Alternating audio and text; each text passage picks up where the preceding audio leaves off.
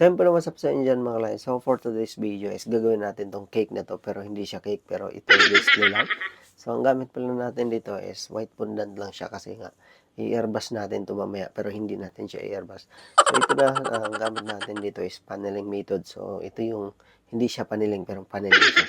So gumawa tayo ng bintana diyan, pero wag kang gumawa ng bintana kasi gagawa natin ng bintana.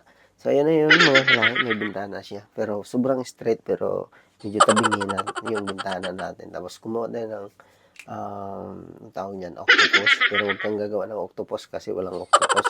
Ayan, so nag-airbrush pala tayo dyan, pero huwag kang mag-airbrush kasi mag-airbrush tayo mamaya. Ayan, so nag-airbrush na tayo. So ang airbrush pala natin gamit is light blue. No? So dapat light blue lang siya, pero ida-dark mo siya, pero huwag mo siyang i-dark. Ayan. So, palapit na tayong matapos, no? So, kailangan pantay yung pag-airbrush mo dito. Pero huwag mong ipantay kasi magpantay yan eh. So, ganun lang. Kung mag-airbrush ka dito, huwag mong itutok, pero itutok mo siya. Ayan. So, pangit yung pag-airbrush natin, pero pagandahin natin yan mamaya. Yan sa gilid na, tapos paakit na yung airbrush natin. Pero huwag mong i-airbrush lahat, tapos lumapit yun si Boss P. Gusto daw niya mag-try mag-airbrush. So yan, pinatry nga natin si Boss P dito kasi nga mag-painter daw siya doon, magtatayo daw siya ng cake shop din, pero wag siyang magtayo kasi magtatayo siya. Ayan, so pinatry ko at tinutok nga niya, no? Sabi ko, huwag mo itutok. Pag barado yung airbrush mo, kailangan mong, huwag mong ayusin para bara-bara. Kita mo yung sa likod, di ba? Okay, so ganun lang, no? Kadali mag-airbrush. So, kailangan pag nag-airbrush ka, huwag mong itutok, pero itutok siya, pero pangit yung kinalabasan. Ayan. So, sa taas mga kalay, ang gamit natin dyan is styrofoam, pero hindi siya styrofoam, isa siyang dami. Ayan. Tapos, bumara naman ulit kasi nga yung food color natin gamit is dinaretso natin dyan sa airbrush. So, medyo may pagkatamad tayo. So, ayan na yun. Tapos, binalot natin to. Tapos, nag-build tayo dito kasi nga, hindi naman ako engineer. So, inulit ko yan kasi nga, pangit yung kinalabasan. Hindi ko nakiskis ng tawag doon. Basta yun na yun. So, binalot natin ng white. Sana. Ayan. So, babalutin na natin yan white kaso bitin yung white kaya kinalapad ko. Tapos, pangit yung kinalabasan kaya inulit ko kasi nga, maganda yung kinalabasan. Ayan, so nawala na yung naggawa ng cake. So, bumalik ulit tapos binalot ko na lahat kasi nga bitin yung white natin. Tapos, ganyan lang. So, kailangan isukat mo lang siya na kasya siya pero hindi siya kasya. Ayan, so hindi ko alam kung anong ginawa ng tao. So, yan, cut mo lang siya pero kailangan wag mong palampasin pero palampasin mo siya. Tapos, yan na yun, gawan mo siya ng design. So, ito na yung cake natin, ilalagay na natin sa taas.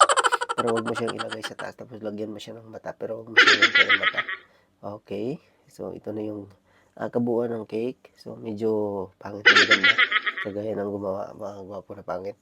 Okay, so yan na. So, ididikit lang natin yung mga design, pero huwag mo siyang idikit kasi matatapos yun eh. Ayan. So, ganun lang kadali gumawa ng cake. Pero, take time siya pala mga kalahi gagawin, pero hindi siya take time. So, lagay mo na yung isda, galing yan sa sa kapitbahay, ninakaw ko lang. Tapos, dinikit ko lang siya dyan. Talagang totoong isda yan, pero hindi siya totoong isda. Okay, dikit mo na yung octopus, pero hindi siya octopus. Huwag mong ilagay yan sa baba. Ako, tinusok na sa baba. Tinusok. Pero hindi siya natuloy doon kasi hindi pala yan doon nakalagay. So, sa second floor siya. Sa second floor, okay. So, dinikit na natin sa second floor. Tapos, nilagay natin design.